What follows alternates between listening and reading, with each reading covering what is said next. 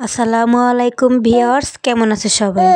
অনেক দিন পর একটা ব্লগ ভিডিও নিয়ে চলে আসলাম। তো যাচ্ছি নারায়ণগঞ্জ বেড়াতে। এই যে আমার ছেলে দুইটা কাউন্টারে বসে আছি গাড়ির জন্য। গাড়ি ছাড়বে 9:30 বাজে, এর জন্য অপেক্ষা করতেছি গাড়ির জন্য। তো ওরা একটু দৌড়াদৌড়ি করতেছে, আমি ভিডিও করে নিলাম। নারায়ণগঞ্জ এখন স্কুল বন্ধ দিছে, এর জন্য নারায়ণগঞ্জ যাচ্ছি বেড়াতে। তো দেখতেই থাকো ওখানে যে আমরা কি করি খাই। এই যে সকালে ভোরবেলায় এসে পৌঁছেছি, তারপর রুটি বানাইছে, রুটি খাবো।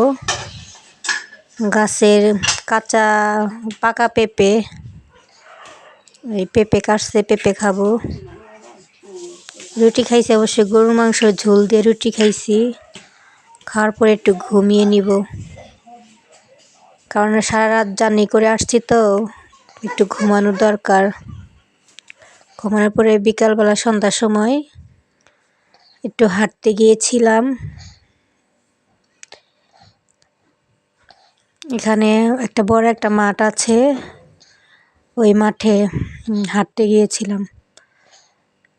তো আমার ভিডিও এতক্ষণ তোমরা যারা কন্টিনিউ করছো তাদেরকে অসংখ্য ধন্যবাদ। আর আমার চ্যানেলে নতুন হয়ে থাকলে আমার চ্যানেলটা সাবস্ক্রাইব করে দিবা, লাইক কমেন্ট শেয়ার করবা। তার সেখানে যার পরে যে দৌড়াদৌড়ি করতেছে আমার ছেলে।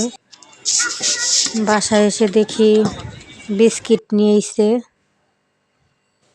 সঙ্গে তো মুড়ির মাও ছিল।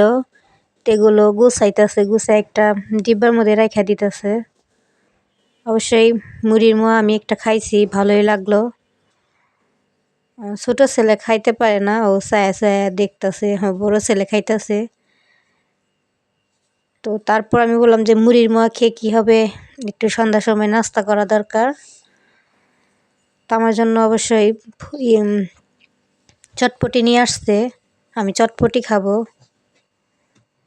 একটু টক বেশি দিয়ে চটপটি খাইলে অনেক মজা লাগে।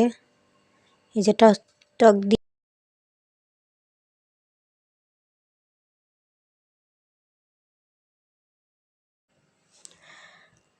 সবাই ভালো থাকবে, সুস্থ থাকবে, সবাই সবার ভিডিও দেখবে, সবাই সবার পাশে থাকবে, এটাই।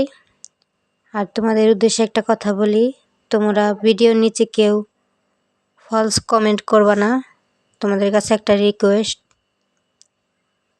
এতে তোমাদের চ্যানেলের ক্ষতি হবে, আমার চ্যানেলের ক্ষতি হবে। তো ভালো একটা কমেন্ট করে রেখে যাবা, তাহলে দুজনেরই ভালো হবে। তো আল্লাহ হাফেজ, সবাই ভালো থাকো, সুস্থ থাকো। পরবর্তী ব্লগ ভিডিও নিয়ে তোমাদের কাছে আবার হাজির হব। টাটা।